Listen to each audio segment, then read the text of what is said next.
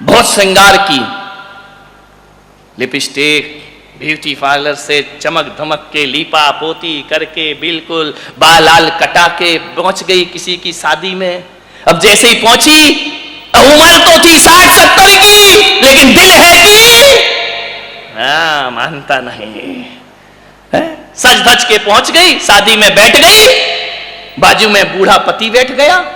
उसने कहा देखो मैं कितनी अच्छी लग रही हूं। अरे बोले बहुत अच्छी लग रही तू तो, बहुत अच्छी लग रही है। बोले देखो वो आदमी मुझे घूर घूर के देख रहा है। उस बुढ़े ने देखा, बोले हाँ देख तो रहा है घूर घूर के। बोले देखो मैंने कहा था ना थोड़े अच्छे से रहा करो, सच सवर के रहा करो, कैसा घूर घूर के देख रहा है। उसने कहा पागल ज्यादा बड़ी बड़ी बातें मत सोच। बोले क्यों? बोले कबाड़ी है, भंगार देख रहा है। टूटा फूटा कबाड़ा लेता है, 60 साल की बुढ़िया को देख रहा है तो कबाड़ी होगा, भंगार बेचने वाला होगा। ध्यान रखिए मान्यवर, चेहरे सुंदर से कुछ नहीं होता, चरित्र सुंदर बनाइए। मैं मानता हूं कि जीवन में पहला आकर्षण चेहरे का। जब आप किसी से मिलते हैं, शादी करते हैं, लड़का लड़की देखने जाता है, क्या देखता है? चेहरा देखा करता है ना। पहला आकर्षण चेहरे का होता है। लेकिन एक बात बताना युवाओं, चेहरे का आकर्षण, फर्स्ट इंप्रेशन किसका होता है? जब मैं यहां प्रवेश किया सबसे पहले तुमने क्या देखा? मेरी भाषा देखी, व्यवहार देखा या क्या देखा? चेहरे ही देखा ना। किसी के यहां बहू आती है सबसे पहले क्या देखा जाता है? चेहरा अब नहीं, पहले आती थी पर्दे में, अब तो वो काय को आदमी को ससुर जी को शर्म लगे तो चेहरा ढाक लो, वो तो खुलेआम आती है। ध्यान रखना, चेहरे का आकर्षण सबसे पहला होता है। सूत्र दे रहा हूं जीवन जीने का। दूसरा आकर्षण भाषा का होता है, कैसे बोलते हो आप। ध्यान रखिए, एक बात याद रखना, सुंदर चेहरा ज्यादा दिन अच्छा नहीं लगता है। 1 दिन, 2 दिन, 3 दिन सुंदर चेहरा कितने दिन अच्छा लगेगा? 6 महीने, साल भर, उसके बाद वही चेहरा देख देख के बोर हो जाता है आदमी, ऊब जाता है आदमी। एक चेहरा ज्यादा दिन सुंदर नहीं लगता है। दूसरा प्रभाव भाषा का। आप कैसी भाषा बोलते हैं? आपके वचन सभ्य हैं या असभ्य हैं? आप शिष्ट भाषा बोलते हैं या अशिष्ट भाषा बोलते हैं? चेहरे से आकर्षण होता है, भाषा से जुड़ाव हुआ करता है। ध्यान रखना, आप किस तरह के शब्दों का प्रयोग करते हैं, कैसे शब्द। फर्स्ट इंप्रेशन जो होता है वह चेहरे का होता है, सेकेंड इंप्रेशन जो होता है वह भाषा का होता है, और तीसरा जो इंप्रेशन होता है वह व्यवहार का इंप्रेशन होता है। और एक बात याद रखना, चेहरे का आकर्षण ज्यादा दिन नहीं टिकता है, भाषा का आकर्षण ज्यादा दिन नहीं टिकता है, लेकिन जीवन में सबसे बड़ा आकर्षण जो होता है, जो 7 जन्म की कसमें खिलाता है, वो व्यवहार का आकर्षण हुआ करता है। जो कहा जाता है कि जन्म जन्म का साथ है हमारा, 7 जन्मों की कसम। ध्यान रखना, चेहरे से नहीं खाई जाती, वो खाई जाती है आदमी के व्यवहार से। और यदि आपका व्यवहार गड़बड़ है ना, तो यही पत्नी कहेगी भगवान ये मेरा आखिरी जन्म होना चाहिए, दोबारा ये मिलना नहीं चाहिए। चेहरा, ध्यान रख, व्यवहार जीवन की सबसे बड़ी पूंजी हुआ करती है। सास बहू में झगड़ा हो जाए, हिंदुस्तान पाकिस्तान की बमबारी हो जाए, तू मैं हो जाए, लड़ाई हो जाए, शाम को कहना अम्मा जी अभी तो बोल लो। नहीं बोलोगी, कह देना अम्मा जी, नहीं निकल रहा मुंह से। अरे जय जिनेंद्र बोलो ना। आपके झगड़े हो जाए, विवाद हो जाए, कहना भाई साहब, जोर से बोलो जरा, खाना नहीं खाया है क्या? जय जिनेंद्र। ध्यान रखिए, यदि आपने जय जिनेंद्र बोल लिया, दुश्मनी मिट जाएगी, दोस्ती में परिवर्तित हो जाएगी। आज घरों में जय जिनेंद्र समाप्त हो गया है। आज घरों में कोई हाय हेलो कहने लगे हैं। आपसे मैं इतना ही निवेदन करता हूं, जय जिनेंद्र जो होता है, राम राम जो हुआ करता है, ये कसायों पर फहराई गई विजय पताका हुआ करती है। कसायों को जीतना है, जय जिनेंद्र आदमी को बोल। और ऐसा भी जय जिनेंद्र नहीं कि लड़ाई हुई है, महाराज ने कहा जय जिनेंद्र, नहीं, हंस के मुस्कुरा के कस के ना, नहीं तो कहीं ऐसे बोले जय जिनेंद्र, सुनाई भी नहीं दे रहा, जय जिनेंद्र हो गया, ध्यान हंस के कस के और मुस्कुरा के जय जिनेंद्र बोलिए और जय जिनेंद्र की ध्वनि से अपना मौन। कितनी बहुएं नियम ले रही हैं कि हम अपने से घर में बड़ों को जय जिनेंद्र बोलेंगे। हाथ उठाओ जरा, हे भगवान, बाकी सब क्या करने? अरे राम राम बोलना, जो राम को मानते हैं राम राम बोले, जो जिनेंद्र को मानते हैं वो जय जिनेंद्र बोले। आपसे भी निवेदन है, हाथ उठा के विश्वास दिलाओ अपने घरों। आदमी बहुत सीधा यहाँ का यार, महाराष्ट्र का देखो, इनने तो हाथ पूरे नहीं उठाए, आदमी ने फट से उठा दिए। कोई बात नहीं है। अब इस चक्कर में ये महिलाओं के साथ लफड़े बहुत हैं। अभी जय जिनेंद्र का नियम तो ले लिया है, अब सासू बैठी देख रही होगी चुपचाप चुपचाप है। अब मान लो किसी दिन ये बहू जय जिनेंद्र करना भूल गई तो मालूम है सास क्या कहेगी? हाँ मुझे मालूम था, बड़ा नियम ले रही थी महाराज की सभा में। अरे मुझे मालूम था तू नहीं सुधरेगी, 4 दिन की चांदनी और फिर अंधेरी। ना बाबा, ऐसे उलाहने मत दो बहू को। यदि किसी दिन बहू जय जिनेंद्र करना भूल गई तो अम्माओं से निवेदन है कि बहू के कमरे, कौन बहू बोली अब आएगा मजा, ध्यान रखिए। अम्मा जी जाए और बहू के दरवाजे खटखटाए और बोले बेटी जय, बोल दो ना जय जिनेंद्र। मुंह खुल रहा है क्या तुम्हारा, दही जमा है क्या? विचार कर, बोले बेटी जय जिनेंद्र। समझदार बहू होगी तो कहेगी यार मुझे पहले जय जिनेंद्र करना चाहिए, अब कल से अम्मा जय जिनेंद्र करने आए उससे पहले मैं जाके जय जिनेंद्र करूंगी। इसी बहाने अम्माओ, जगत जननी जगदम्बाओ, तुम्हारी बहू जल्दी उठने लगेगी मेरे भाई, ध्यान रखिए। विचार, जय जिनेंद्र होना चाहिए। मुंह मत फेरिए दुश्मन को देख करके कि यहां से दुश्मन आया तुमने मुंह फेर लिया, वहां से दुश्मन आया उसने मुंह पे, मुंह मत फेरिए, नजरें मिलाइए। 4 मिले 64 खिले, 4 मिले 64 खिले, 4 मिले 64 खिले, 4 मिले 2 हमारे 2 सामने वाले के, 4 मिले 64 खिले। निगाहें मिले और ओठ ना खिले, ऐसा हो सकता है क्या? 4 मिले 64 खिले, 64 32 अपने और 32 ही है ना, कि कम ज्यादा है? नहीं तो एक बार मुल्ला नसरुद्दीन के साथ बड़ा गड़बड़ हो गया। मुल्ला नसरुद्दीन और खट्टर काका में लड़ाई हो गई। मुल्ला खट्टर काका ने कहा, हे मुल्ला एक दूंगा तो तेरे 32 दांत तोड़ दूंगा। मुल्ला ने कहा, है क्या समझ रखा है, एक दूंगा तो 64 तोड़ दूंगा। अरे खट्टर काका ने कहा, रामलाल सामने खड़ा हुआ था, रामलाल ने कहा क्यों रे मुल्ला, 64 दांत होते भी हैं जो तू तोड़ लेगा? बोले मुझे मालूम था तू बीच में जरूर बोलेगा, इसलिए 32 तेरे भी जोड़ लिए। ध्यान रखना, तू बीच में जरूर बोलेगा, मुझे पता था, ध्यान रखिए। मान्य 4 मिले 64 खिले, 20 खड़े कर जोर, 10 तुम्हारे 10 सामने वाले के। 4 मिले 64 खिले, 20 खड़े कर जोर, और जय जिनेंद्र वह चीज है हर से रोम करोड़, हर से रोम करोड़। जिनकी सासू यहां नहीं हो वो आज अपने घर जाना, वो है ना तुम्हारे पास मोबाइल है ना, जैसे ही फोन लगाना अम्मा जी कहेगी हाँ बहू हेलो, अम्मा जी से कहना अम्मा जी हाय हेलो छोड़िए और जय जिनेंद्र बोलिए। जय जिनेंद्र का पाठ पढ़िए, जिंदगी में मुस्कुरा के पढ़िए, जीवन में आनंद बरसेगा। छोटी सी बात है लेकिन बहुत बड़ी बात है। 4 मिले 64 खिले, 20 खड़े कर जोर, और जय जिनेंद्र वह चीज है हर। मैंने सोचा यार जब कोई आदमी किसी को राम राम करता है तो सामने वाला भी राम राम बोलता है, तो मैंने कहा ये 2 बार राम राम क्यों बोलते हैं?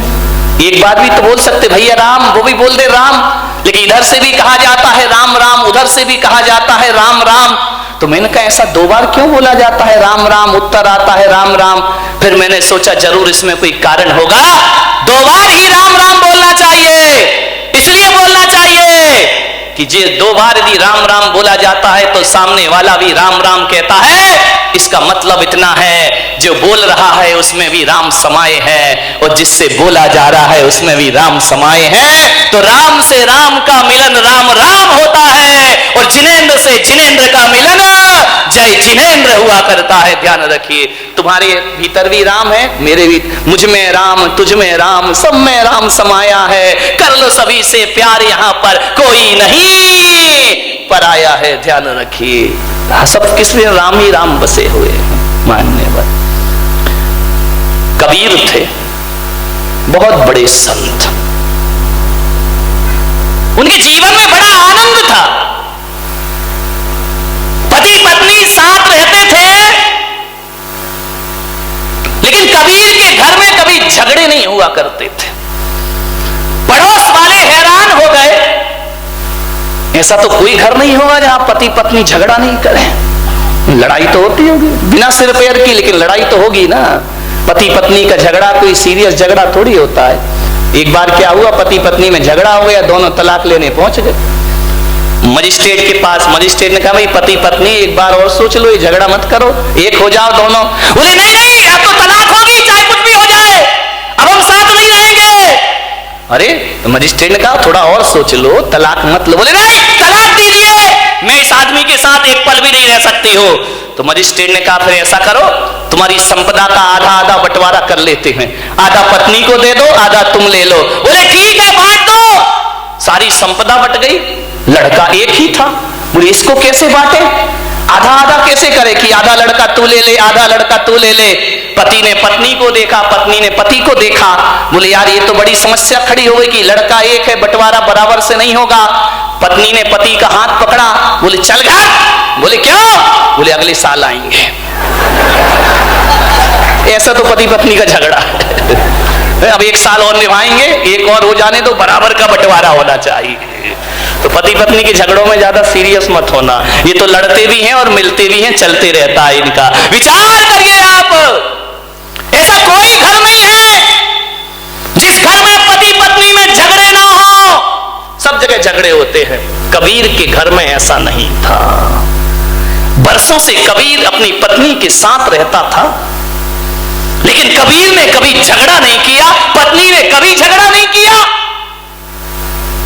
एक जिज्ञासु ने पूछा कि ऐसा कोई है इस धरती पर जिसके घर में झगड़े ना हो? तो कहा कबीर का घर ऐसा है जहां पति पत्नी कभी नहीं लड़ा करते हैं। जिज्ञासु ने कहा मैं चल के देखता हूं। जैसे ही पहुंचे कबीर के झोपड़े में, कबीर रुई धुनक रहे थे। कबीर से जुलाहा रुई धुनक रहे हैं। जाके जिज्ञासु ने पूछा कि कबीर जी, हमने सुना है कि आप पति पत्नी में कभी झगड़े नहीं होते। कबीर ने कहा यार लड़ने की क्या बात है, मुझ में राम, तुझ में राम, सब में राम समाया है। कर लो सभी से प्यार, यहां पे कोई नहीं पराया है। सब में तो राम है, लड़ना क्यों? बोली नहीं कबीर, कारण बताओ कि तुम दोनों में झगड़े क्यों नहीं होते? अरे झगड़े तो भाई भाई में हो जाते हैं, भाई बहन में हो जाते हैं, माँ बेटे में झगड़े हो जाते हैं, आप दोनों में झगड़े नहीं होते? बोले नहीं, हम लोग कभी नहीं लड़ते हैं। कबीर से पूछा वो मंत्र बताओ कि हम भी अपने घर में ना झगड़े। कबीर ने कहा कि बैठो, आए हो, स्वागत है, बैठो मेरी कुटिया में। कबीर ने अपनी पत्नी को आदेश किया कि अरे भाग्यवान, सुनती है? दोपहर के 12 बज रहे थे। कबीर ने कहा लालटेन जला के ला। पत्नी आई, लालटेन जलाई और रख दी। जिज्ञासु ने कहा पागल है क्या ये, इसीलिए झगड़े नहीं होते? लगता है कबीर तो पागल है ही, ये पत्नी महापागल है। दोपहर को 12 बजे आंगन में, खुले आंगन में, इतनी धूप में लालटेन मंगा रहा है और पत्नी ने लालटेन लाके रख दी। उसने पूछा भी नहीं कि लालटेन का क्या करोगे। लाई और लालटेन रख के पत्नी चुपचाप चली गई। कबीर ने कहा उत्तर मिल गया। अरे उत्तर, पागल लग रहे हो दोनों, पागल। कबीर ने कहा पागल ही समझो। कबीर ने कहा ठहर, अभी उत्तर नहीं मिला तुझे। पत्नी को कहा कि अरे भाग्यवान, 2 गिलास दूध लेकर आ। पत्नी गई, दूध के 2 गिलास लाई, एक कबीर के सामने रखा, एक जिज्ञासु के सामने रखा। कबीर ने दूध का गिलास उठाया, गटागट दूध पी गए और आनंद के साथ पी गए। जिज्ञासु को कहा कि तुम भी पियो। जिज्ञासु ने जैसे ही मुंह में लिया, दूध थूक दिया उसने। बोले ये दूध है क्या? ये पागलों का घर है, पागलों का। कबीर ने कहा उत्तर मिल गया। बोले ये क्या उत्तर है? ये तेरी पत्नी पागल है क्या? बोले क्यों? बोले दूध में नमक डाल के लाई है, शक्कर डालना चाहिए, चीनी डालना चाहिए, नमक डाल के लाई है। कबीर ने कहा उत्तर मिल गया। अरे बोले ये कोई उत्तर है क्या? कबीर ने कहा तो सुन, जाते जाते उत्तर सुन के जा। हम दोनों पति पत्नी के बीच में प्रेम है, ध्यान रखना। हम दोनों पति पत्नी के बीच में समर्पण है, हमारे बीच में तर्क नहीं है। जब मैंने 12 बजे दिन में उससे लालटेन लाने को कहा तो पत्नी ने कोई प्रश्न नहीं किया, चुपचाप लालटेन रख के चली गई। जब पत्नी लालटेन लाने पे प्रश्न नहीं करती है तो धोखे से शक्कर की जगह नमक डल गया तो मैं भी उससे कोई प्रश्न नहीं किया करता हूं। और इतना ही ध्यान रख, यदि जीवन में आनंद को जीना है तो मैं भी बारामती वाले आपसे कह रहा हूं, एक कोटेशन में आपको दे रहा हूं। जहां दिन में 4 बार आपकी नजर पड़ती हो, दुकान में, ऑफिस में, घर में, मकान में, एक लाइन लिख के रखना। जहां दिन में 1000 बार देखते हो, वहां लिख के रखना, जहां समर्पण है वहां स्वर्ग है, और जहां तर्क है वहां नरक है। ध्यान रखिए, जहां समर्पण है वहां स्वर्ग है, और जहां तर्क है वहां समर्पण से बड़ा सुख जीवन में कुछ नहीं हुआ करता है। जीवन में आनंद को बटोरना है, समर्पण होना चाहिए। जब पत्नी ने नहीं पूछा कि लालटेन क्यों लाओ, तो मुझे भी नहीं पूछना चाहिए कि तूने नमक क्यों डाला। तुम्हारे यहां तो इसी में महाभारत मचती रहती है। थोड़ी सा नमक कम हो गया, थाली सुदर्शन चक्र बन जाया करती है। ध्यान रखिए, समर्पण में जियो, झुककर जियो, समर्पण में जियो। अकड़ने में कोई फायदा नहीं है। जहां समर्पण है वहां स्वर्ग है। इसको दिमाग में रख लेना। जब भी लड़ाई के वातावरण मिले, जब भी लड़ने झगड़ने की स्थिति पैदा हो, तो मेरी ये बात याद रखना, उसी समय आपको क्लिक कर जाए कि जहां समर्पण है वहां स्वर्ग है, और जहां तर्क है वहां नरक है। तर्क मत करिए ज्यादा, समर्पण में जी। एक गांव के गमारिया बाबा था। रात को 12 बजे अपनी झोपड़ी में बैठा था और अचानक चोर आ गए उसके घर में। अब जैसे ही चोर आए तो गमारिया बाबा ने कहा, कौन हो रे तुम? बोले हम चोर हैं। तो चोरों ने पूछा, बाबा तुम कौन हो? बोले हम भी चोर हैं। अरे बोले चोर चोर मौसे रे भाई। बोले तू भी चोर और हम भी चोर। बोले उन चारों चोरों ने कहा कि बाबा अब तो अपनी खूब जमेगी। अरे बोले बहुत जमेगी, तू भी चोर और मैं भी चोर। तो बोले क्या करें? बोले बाबा आप थोड़ी सी सहायता करो। बोले क्या सहायता करें? बोले मेरे साथ वृंदावन में चोरी करने के लिए चलिए। बाबा गमारिया बाबा ने कहा चलो यार आज चोरी करते, मजा आ गया जिंदगी का। चारों चोरों को लेकर गमारिया बाबा वृंदावन पहुंचा। एक गोपी के घर में घुस गए। जैसे ही घुसे, सामान इकट्ठा किया, बांधा, पूरे आभूषण कपड़े बांध बूंद के तैयार। जैसे ही तीली जलाई, माचिस जलाई, एक ढोलक रखी हुई थी। गवारिया बाबा ने ढोलक उठाई और ढोलक बजाना शुरू कर दी जोर जोर से। अरे चोरों ने कहा तेरा सत्यानाश हो, मरवाएगा क्या तू? ढोलक काय को बजा रिया है? चोरी कर रहा है, जरा सीरियस रहे, गंभीर है। अरे वो तो अपना बजा रहा है, मैया मोरी मैं नहीं माखन। अरे उसने कहा यार ये मरवाएगा ये गंवारिया बाबा। ये जोर जोर से ढोलक बजा रहा, नाच रहा है गंवारिया बाबा जोर जोर से। आज मिल गया, आज मिल गया। अरे गांव के लोग उठ गए। 12 बजे रात को इतनी जोर से ढोलक बज रही है। चारों चोर भागे पोटली लेकर के। गांव वालों ने पकड़ा, इतना मारा चोरों को, इतना मारा कि चोरों की कमर टूट गई। लोग अंदर आए कि ढोलक कौन बजा रहा है। लोगों ने कहा गंवारिया बाबा तुम ढोलक क्यों बजा रहे हो? अरे बोले मिल गई तो बजा रहा हूं। मेरे को तो आनंद ही आनंद है जीवन में। बोले ढोलक क्यों? बोले वो 4 चोर आए थे। बोले हाँ। तो बोले तुम क्या कर रहे थे? बोले मैं भी चोरी करने आया था। और तो ढोलक काहे को बजा रिया है? अरे ढोलक देख के मैंने सोचा यार हरि का भजन कर लूं, भगवान का भजन कर लूं। तो बोले ढोलक बजा रहे, तुम चोरी करने क्यों आए? बोले वो 4 चोर क्या चुरा के ले गए? अरे बोले आभूषण ले गए, कपड़े ले गए। अरे गंवारिया बाबा ने कहा सत्यानाश मेरी बुद्धि का, रात को 12 बजे 4 चोर आए तो मैं समझा कि वृंदावन में चोरी को कह रहे हैं तो शायद माखन चोर आया होगा, इसलिए मैं उन चोरों में शामिल हो गया। ध्यान रखना, मैं तो माखन चुराने आया था कि हरि की कृपा बरस गई, हरि आए हैं और कह रहे हैं कि चलो बाबा माखन चुराने चलते हैं। ध्यान रखिए मान्यवर, सोचिए ये आनंद है जीवन का। उदासी जिन चेहरों का श्रृंगार करती है, उदासी जिन चेहरों का श्रृंगार करती है, मक्खी भी उन पर बैठने से इनकार करती है। ध्यान रखिए।